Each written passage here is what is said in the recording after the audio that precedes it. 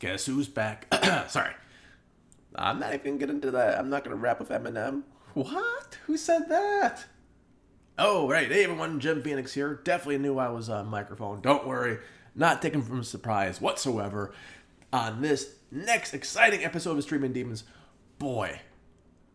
I know I said there's always a new one, new exciting one. But guess what, kids? Not only do we have one special guest, but we have two special guests. That's right, none other than your favorite, what's your least favorite scary movie hosts, Jess and Trav, have joined us. And we are going to go good dogs and cats, living together, mass hysteria. It's going to be awesome sauce. Can't wait. The movies are, for people who really need to know, the movies are The Loved Ones. And then we go into Skull Mask. Not to be confused with Mask, as I found out. And then the Wall Raping movie. Spoiler. I guess that's a spoiler. Deep Dark. And finally, the, I think it's a vagina mouth. King Kong versus Godzilla. All these spoilers and more coming soon on this Streaming Demons. Hit it.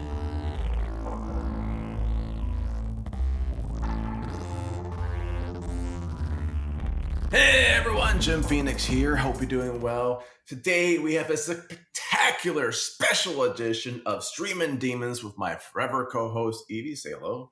Sorry. Hi, I'm Voodoo Priestess. Voodoo Priestess, whatever your name is, I don't know. We'll get that later. And our special guests, plural, from least favorite podcast, which is my favorite podcast, is going to be Travis and Jess. Say hello. Hello.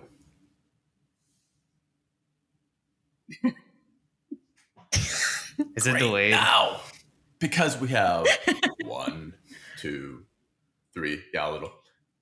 4. We've got 4 things. That means our formula is going to be slightly changed. Normally, if you are a fan of the show, good luck. But normally we do 3 movies, a new, a borrowed, and an old. But you know what? That wedding thing has a 4th thing, something blue. That's right, kids. We're going to do something sad. We're going to do something sad. And that's not just Voodoo Priest's choice in movies. It's going to be something particularly sad for a particular movie on purpose this time. Honestly, it's actually on purpose. So, with that said, because I am a very lazy man, we always let our special guests go first. And I heard Jess won the coin toss. So, Jess, take it away. All right. I had something blue. When Evie said that we were going to add blue, we instantly decided that was me because I'm notorious for crying during movies. So I chose The Loved Ones. And we actually watched it on Prime, but it's also available on YouTube. And it's the first feature-length film written and directed by Sean Byrne, who is the man. But he's only done 2 feature-length films, which is sad. But they were 6 years apart, so he's kind of due for one, because Devil's Candy was 6 years ago, so fingers crossed. So I just give like a synopsis of it, right? What was that one about? Devil's Day. Devil's Candy? Yep. That one's about, it's a possession movie with a lot of heavy metal and art. I remember that and one. It's like when we watched it, okay, after it was over, we sat in silence for about 60 seconds.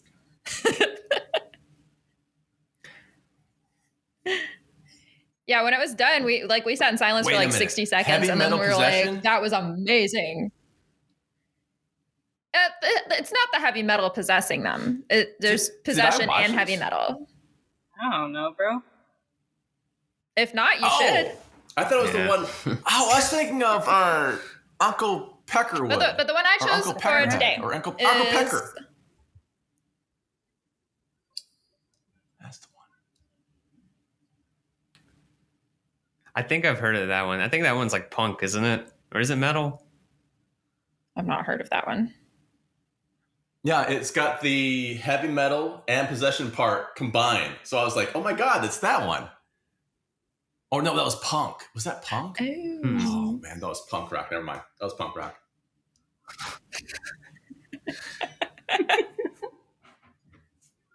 Oh, there's such a lag. I guess It's okay. I know. Yeah, apparently I chose the wrong one because we all got really excited about Devil's Candy, and I'm here to talk about Loved Ones. So it's I chose it. It makes me sad because there's just every character is just basically drowning in grief besides the main psychopath and her dad. So there's a lot of heavy stuff, a lot of like a lot of maladaptive coping skills, and there's just sad stuff, and that's what I thought of when I thought of Blue. But it's just a really good movie. Basically, there's this kid Brent, and this girl Lola asks him to the end of school dance, and he's already got a girlfriend and a dead dad, so he just doesn't, he can't. And he says no politely, and she gets her dad to kidnap him, and they have their own dance at their house, and there's a lot of unpleasantness and also zombies. So it's a really interesting movie. We weren't sure what to expect going into it. I saw that movie too, and it really was just the best. I didn't know if Voodoo was like warning me not really to come to her house ever because of like zombies, and it sounds amazing. It sounds amazing. Yeah, it's really good. I actually wish someone did that to me for my junior high dance. The lead actress, Robin McLevy, was told to study Jeffrey Dahmer, watch Natural Born Killers, Misery, and all of Quentin Tarantino, and to hone all of those together into her performance. And it works, because the first time we watched it, before I knew that tidbit, I was like, wow, she's like if Annie Wilkes was written by Tarantino. So it's good. It's a really good time. It's a sad time, but it's a good movie. And that sounds amazing. I'm gonna give sad warning. Right. Dead dog. Oh. That no longer sounds amazing now. Dead dogs. The dead dog part does not sound amazing. The rest of the movie sounds amazing though.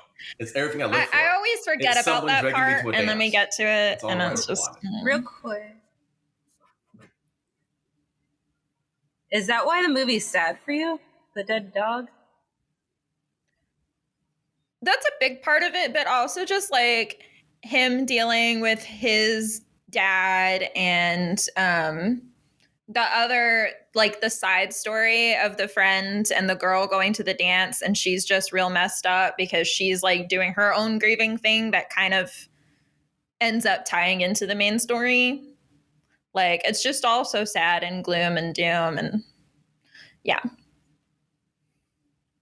Very heavy emotions, but they've got I don't really remember that part. I just remember.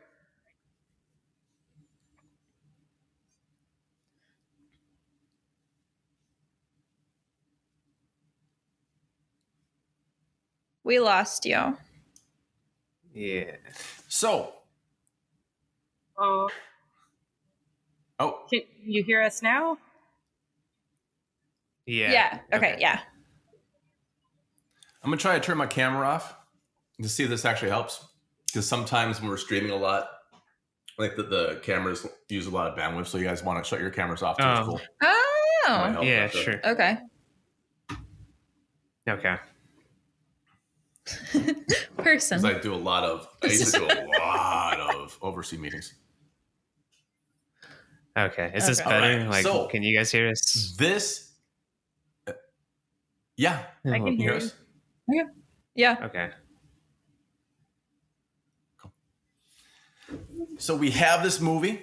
It's sad. Yes. It's got a dead dog alert, which is sad as well. Yes. And it's got someone being dragged to a dance, which for me is just a third level of hell. So yeah. I can Well, understand. it's a creepy. It's like a 100%. creepy at-home dance. And they drink God. milk. It's even They worse. just drink milk just for fun. And I've got a whole theory that people that just drink milk are complete sociopaths. So they prove that for me. And the kid's probably lactose intolerant too, just to add on to his hell. It's like, and I'm lactose. I'm drinking doesn't milk. get- Yeah, drinking milk for. He doesn't get the milk. He gets the chicken. Yeah, that makes. I love chicken, and that scene made me like really not want to eat chicken again. That's why Travis is sad Now when he I need watches it. this. I need to watch that movie now. That sounds very cool. Now, out of 5 Cthulhu's, the 5 being the best ever, how many do you rate?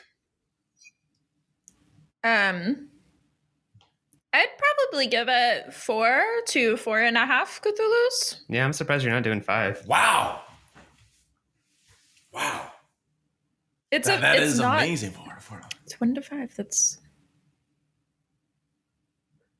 Well, that's I'm my definitely that's what's not in my following heart. that one. So, always charge if you're hurt. Evie or Voodoo Priestess used to give like 1s to stellar movies.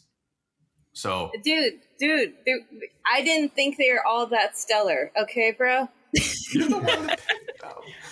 Well, some of them I just had to pick last second because it was like 3 hours before recording. They're like, you want to record? Cool, let's go. Let's go. Here's a movie. Let's go on. No, but that's great. And you know what? I always say this, but yeah, I'm not following that one. So, Travis, our other special guest, what's your movie? I chose the newish Shudder movie, Skull the Mask. It's basically just like it's like a Portuguese movie that is basically a homage to 80s slashers that are over the top. It tries to go the whole practical effects route, and yeah, it sounds really cool, but I think it sacrifices a lot of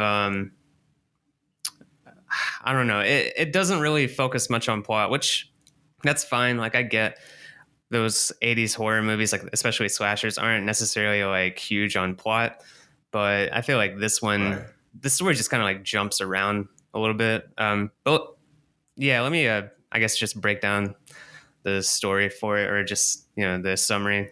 But basically, it's just about I don't know, like this old ritual that is being held around this skull that is a mask, obviously. And basically, I guess if you perform this ritual, it summons the god of death or something. And the person who wears that mask then becomes possessed by it and goes on some sort of killing spree for some reason. They give a reason in the movie, but I don't know. I don't feel like it's super clear. I think it really just kind of serves as a vehicle to watch this thing just kind of go on a killing spree. But yeah, and then Wait, is Jim Carrey in this movie? no, yeah, I've seen this one. I think as a kid, they put on a mask and goes on a killing spree. I looked it up at first. I forgot about the skull part, and I was like, okay, the mask. And then I'm like, what the fuck? Like, this is not the movie that I was expecting. But yeah. But I mean, it's now, practical effects. Yeah. Yeah. Oh no, go ahead. I was saying practical effects. How good are they?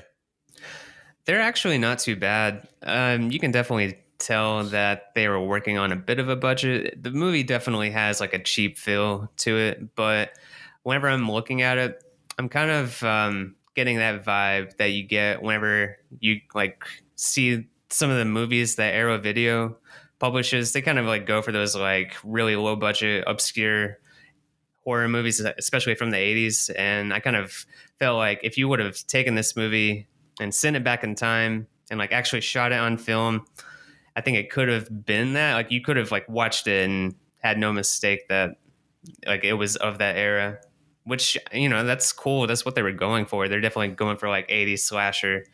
But, That's you know, awesome. yeah, sometimes like looking at this stuff, I don't know why, but like if it's not shot on film, it kind of has like a cheap look to it. And I feel like that like makes movies that are cheap stand out a little bit more than, you know, they used to. So it's, I don't know, for some reason like that kind of, I don't know, bothers me. But, you know, I understand people have their limitations, and digital recording is like way more accessible than it ever was. So it's cheaper, and I get why people have to do it. See, I think the problem with Travis is he has good vision, so he can pick out little details on the TV, whereas I'm like, looks good to me, bro. I thought it was bloody and gross, and it was okay. It was I mean, good, the practical effects were fine. But I mean, yeah, I mean, I don't know. I just think like, you know, you just definitely get a cheap feel from it, but you know, it's not necessarily a bad thing. Was it better than Sledgehammer? You know, Damn it, I any movie's better actually than kind of Sledgehammer. liked Sledgehammer. I could see the potential in Sledgehammer, and Oh I my know a God. lot of people Oh were my really upset with it, but you know, I don't know. It had a lot of wouldn't call it unnecessary upset. shit going on. Look, I also enjoyed watching Things that night. If you guys are talking about the Joe Bob night, so look, that was my next questionable things. we have a very soft spot for bad movies, and Things is like on a whole other level where it's actually just like fun to watch. Yeah, the cool thing out for Things is defense. The cool thing about Things is it actually could have, maybe in editing, gone somewhere pretty decent. In editing. Oh, you know, I don't even know what happened, man. I remember like some kind of creatures at the end or something like that. And they're like they're like halfway through the movie, and we don't really understand why. And they, you know, they kind of like show up and then they just go away, and then, you know, they come back. It's you know, they got themselves in a tailspin. It took me long enough to figure out who the woman was in Things. There was a woman in Things? Exactly. Yeah, right? Yeah, no. So what Isn't that, happened? like, the whole premise of the film? She is like giving birth to those things is what's happening. He's trying to have a child with her, and whatever they're doing is causing those things to be born. Where did this woman come from? I don't remember a woman in that movie at all. She's the sex worker that they hired to be naked on screen in a devil mask at the very beginning. Very, very beginning. Oh, She also shows up later too. Yeah, Does she? right. Yeah, I don't remember that. they go to her bedroom and she's like sitting in bed, and then she dies, and then they're like, okay, whatever. I thought she died at the beginning. No, that was a dream. And see, this always happens in Screaming Demons. We start talking about one movie, and then we like mention another thing, like, oh yeah, and then this one. Just for a comparison, the movie that you're talking about originally is better than Things and Sledgehammer, but could be placed in the same. No. Like, would this make a good drive-in movie? Yes, it would make a good drive-in movie. I wouldn't put it on that level. Like, I'm putting it on like I don't know, like Deadbeat at Dawn. But Deadbeat at Dawn is amazing. Just something like, it's got like I don't know. I'm trying to think of like some good movies to compare it to. I don't know, just like an 80s slasher, just like a generic 80s slasher, pretty much. Like, it just fits pretty squarely in that era. It's nothing. Edge of the Axe, yeah, that's a perfect comparison to it, because it. Except I hated Edge of the Axe, and I did not hate Skull the Mask. Well, yeah, I would put Skull the Mask on Shudder. That. Yeah, it's a Shudder exclusive. You know, I was going to watch that, and I kept forgetting what the title was called. And so, yeah, I'm so glad. I'll write that one down now, because honestly, I missed it for the last couple times. Yeah, it's a subtitle. awesome.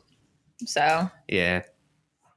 which is not a bad thing. It's just one of those that like you have to make sure that you're in a frame of mind that you're ready to pay attention to the screen. But that's actually amazing because today I was watching a subtitle movie, which I'll talk about later. Now, how many Cthulhu's out of 5? How many Cthulhu's? For this one, I'd give it a 2.5.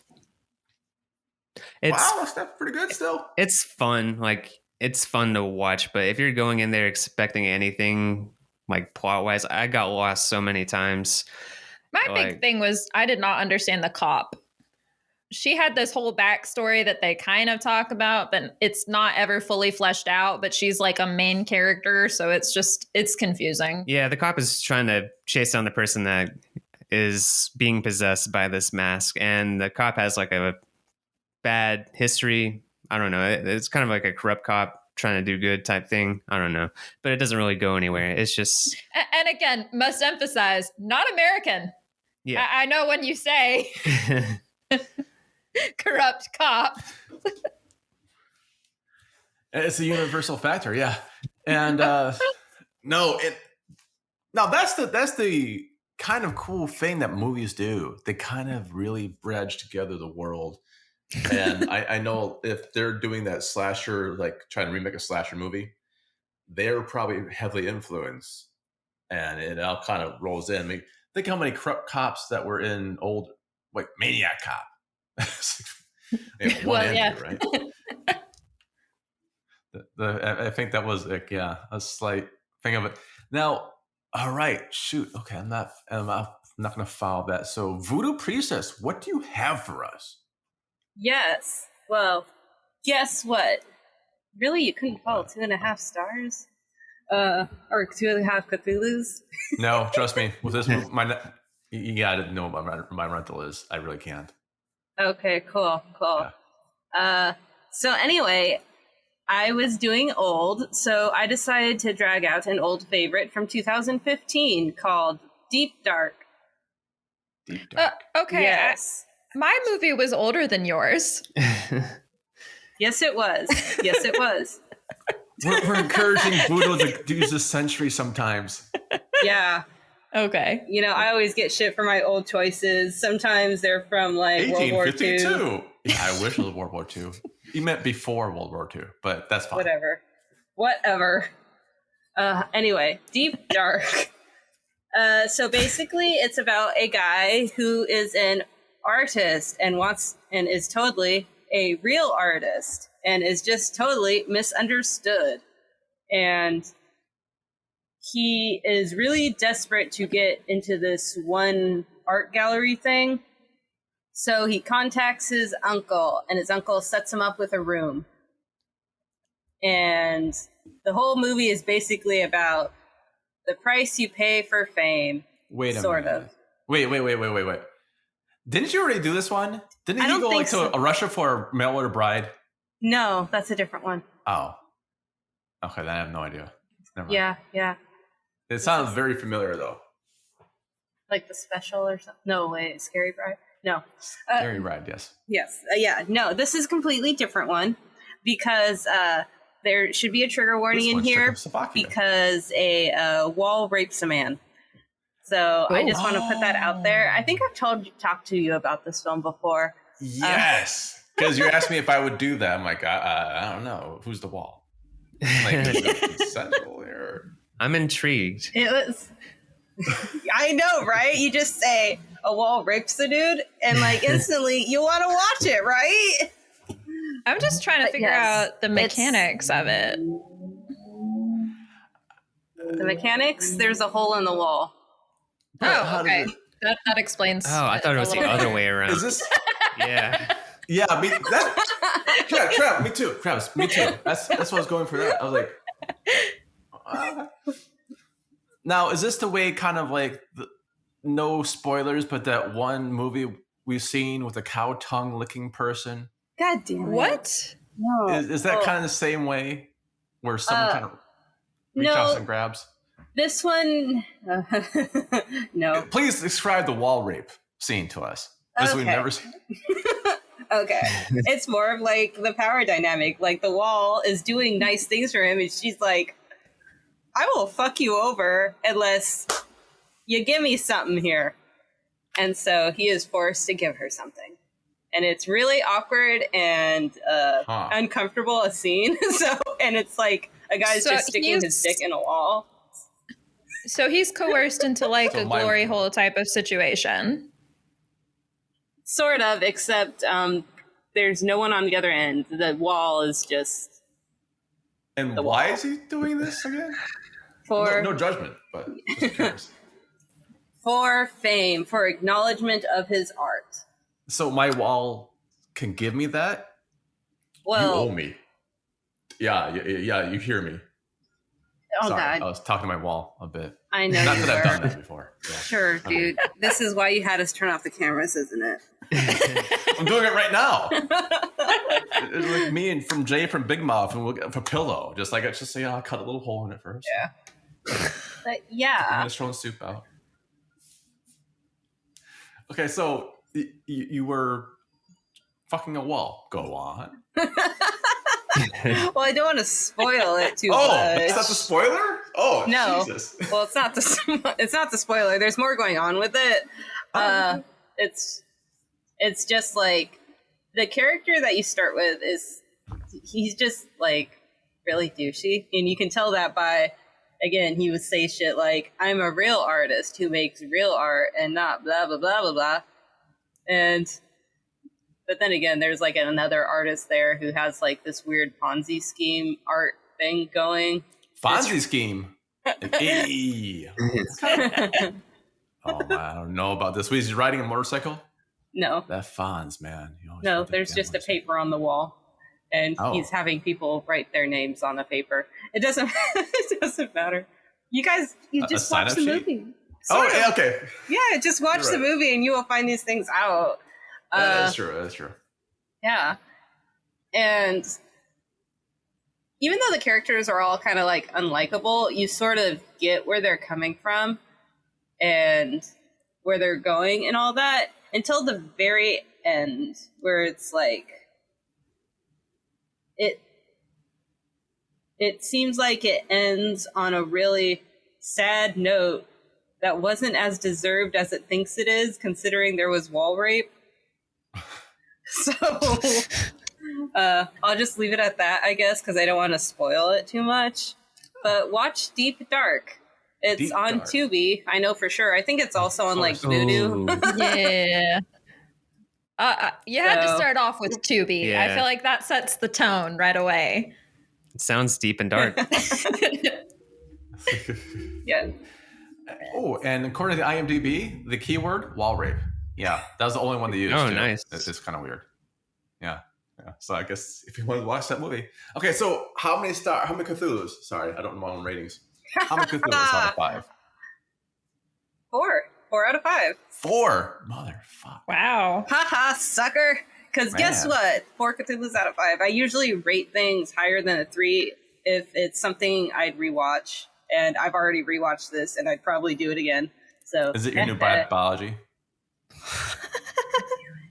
You're just so mad that bad biology suddenly disappeared off the face of the internet. Just Canada. Like Canada banned it or something. I don't know. I was like, it's just no longer streaming on my side of the pond. Or the line, I guess. It's not a pond. It's called lakes. Okay, well, the top user review on IMDb says misleading description. Not actually ripping a wall. Well, the description on IMDb says that he falls in love with a talking hole in the wall. Ooh. Which sounds very different from what you just described to us, Evie. It's the hole in the wall where the man can see it all. Yeah, I'd say that hole in the wall fell in love with him. Okay? Like... Is this like a Pee-wee's Cherry thing? Do I need an adult soon? I don't know. Probably, bro. Maybe. See that? The wall. Oh, this poster's gross. Oh. Oh my god. I'm like morbidly curious now. Guess we're all gonna look up. Was it Deep Dark? Deep Dark. Does the hole have right, teeth in the I'll do movie, it. or is this just a poster thing? It does not have teeth in the. Well, it might sort of. Oh God, why would you ever have sex with that? Well, like I said, it's more of like this nebulous hole of gushy. Like when he looks in it, it's just gush and. Oh, so it's Gush. realistic. Got It's it. just gush. Dude, Yeah, like obviously, like I don't think there's teeth, but the hole can kill you. Like the hole can hurt you. Fear the hole. Fear of the hole. That's let me write that one yeah. down for our new postcard. Thanks. Fucking hell. Fear of the hole. Signed, Witch hole. Voodoo Priestess. Amen. If there's a witch hole, I don't know want to see it. Well, that brings me, unfortunately, to my movie, and I have the borrowed Godzilla versus Kong. I'm pretty sure my tweet called it right. Even before the opening credits end, you kind of know it's just like what it's about. I mean, obviously the title kind of helps too.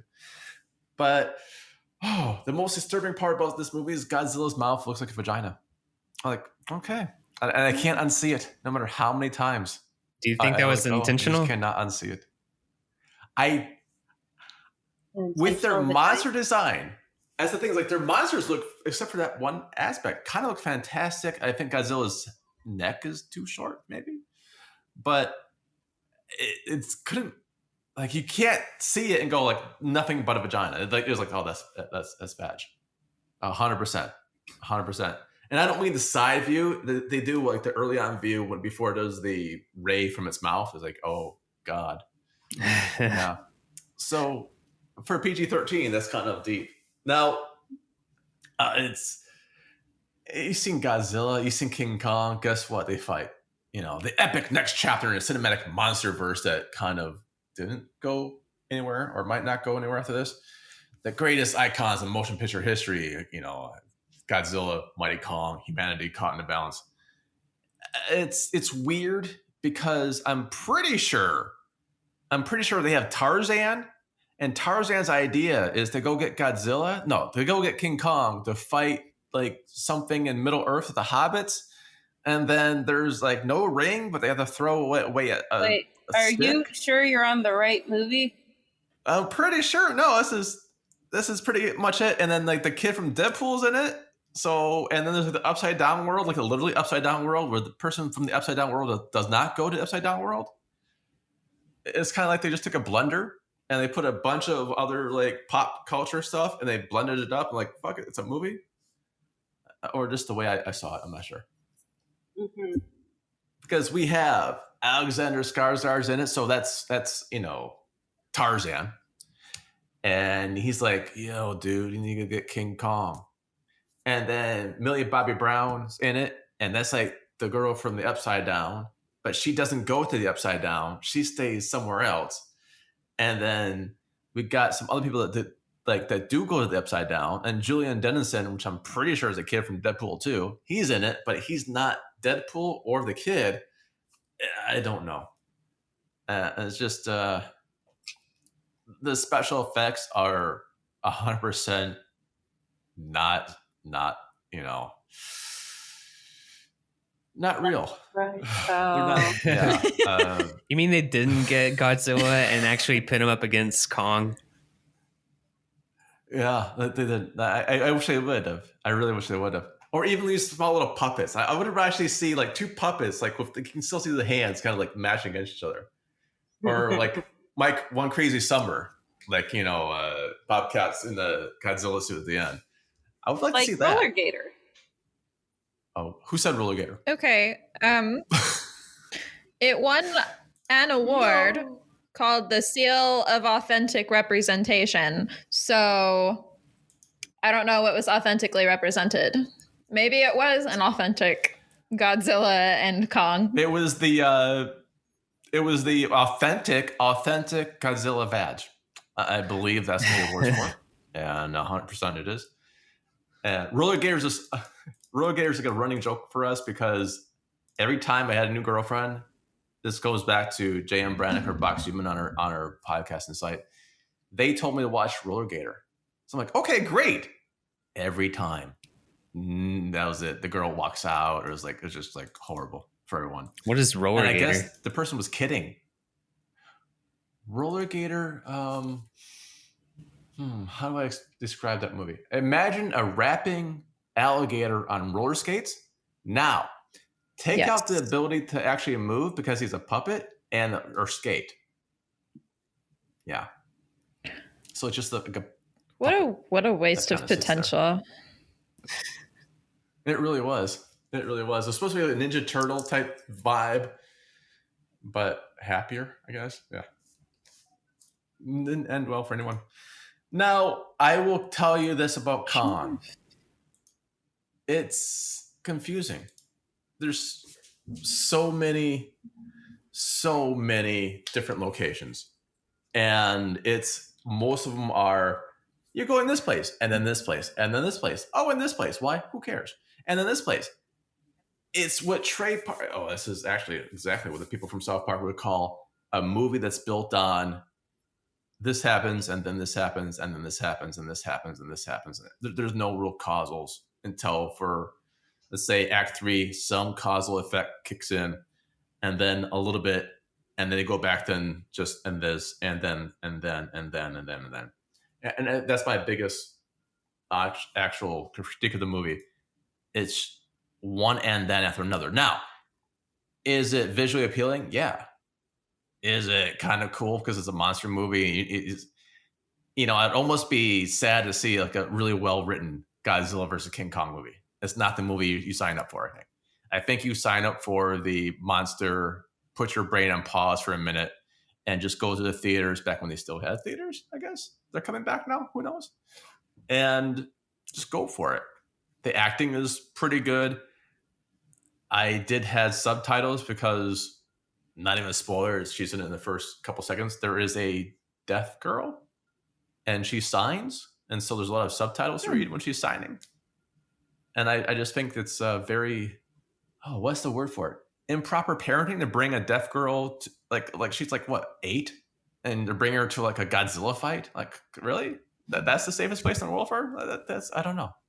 Suspect. I'm gonna go out on a limb and say it's irresponsible to bring any 8-year-old to a Godzilla fight, regardless of deafness or not. That's fair.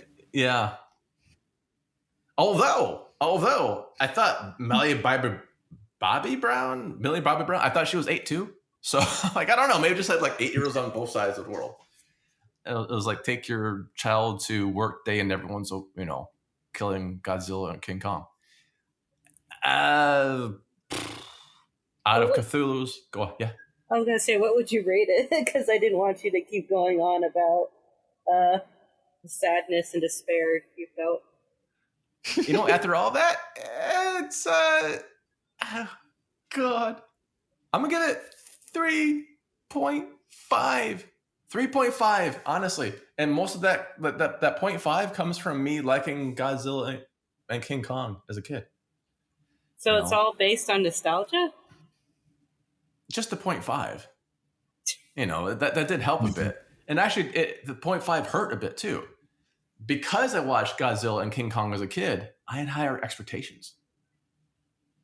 I had higher expectations of like, what would you do now with the ability you can actually do now with CGI, with the ability you can do now with filming, with the ability you can do now with everything else. And sometimes it hits, and sometimes like the score is too loud for me, or wrong. Not loud, just wrong, I think. And I think, so I was expecting the older scores. It's like having Star Trek music play during Star Wars. Like, this is not horrible, but not the right for this movie, I think. So yeah, 3.5 Cthulhu's. That's my final answer. So, and wow, we actually wrapped this up. This is nice. We did something old, borrow, new, blue. I love it how it comes together, and that means time for plugs. We can also get married Jess, now. Trav, what do you want to plug? Right. Just our site, what's your least favorite scary movie.com. All of our episodes are available there. We our podcast is basically one of us will pick a movie and then we argue over the little things that makes the other one hate it. So, what did we just do? We just did Cabin Fever. So Yeah. It's more nitpicky than anything because that's just who we are as people. Because we do truly love horror movies, but you know, there's always little things to pull apart. And then our website also, like, we're starting to add some written stuff there too. So Cool. check us out there. Very, very, very cool.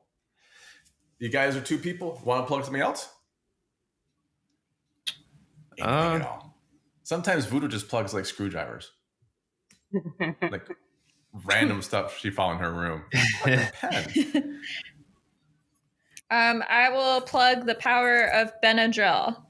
Okay. Because our dog got bit by a bug earlier this week and broke out in hives, and we've been basically feeding her Benadryl all week. I'll also plug Wheel of Fortune because we just bought the Nintendo Switch version of that, and we've been playing the shit out of it. So, and I've been kicking Travis's ass. Yeah. Yes. Oh, I remember that game when it first, well, not for the Switch, but yeah, when it first came out, it's kind of fun. I like it. Cool. Everyone can kick my ass at every game, as we found out. Voodoo Priestess, what do you want to plug? What in your room do you want to pick up? You know, this time I want to plug an article on our website at HauntedMTL. The shit? Yeah, it's deep. The one that you just wrote. I wrote what? I wrote something? You did a review on the movie Deep, and I gotta say, it explains you a lot. Oh, God. So everyone should check out that article so you could get to know Jim. Oh, I'm afraid to ask why. Do I want to know how it explains me? No, probably not. Do I have to read it? I didn't read it yet. You didn't read what you wrote, really, dude? Oh, why would I? See, it really explains him, you guys. You got to read that review because it really explains him. Okay, then I am gonna. Is this also part of the explanation? Okay. Yes. We have a special guest that he wants to plug something. All right, buddy. Ready? Go for it. Hey everyone, I'm Mick McGee, and I'm from Bite Size Horror, and we got a new podcast, and there's talking about, and then there's gonna be goosebumps, and then there's brownies, and there's sugar, there's so much sugar, I love sugar so much, and we're gonna go do the dive, and it's gonna be scary a bit, but that's okay, I'll be there. Bite Size Podcast, Bite Size Horror, yeah! Okay. Thanks. That was Mick McGee for Bite Size Podcast, or Bite Size Horror, I guess is the podcast name. I believe that's going to be a new podcast for kids. Yeah, for kids. Okay, for kids, man. So, that's my plug. And with that said, I, on behalf of myself, Jim Phoenix, my co-host, Voodoo Priestess, our two very special guests, Travis and Jess, I would like to say bye. Bye, everyone. Bye. Bye.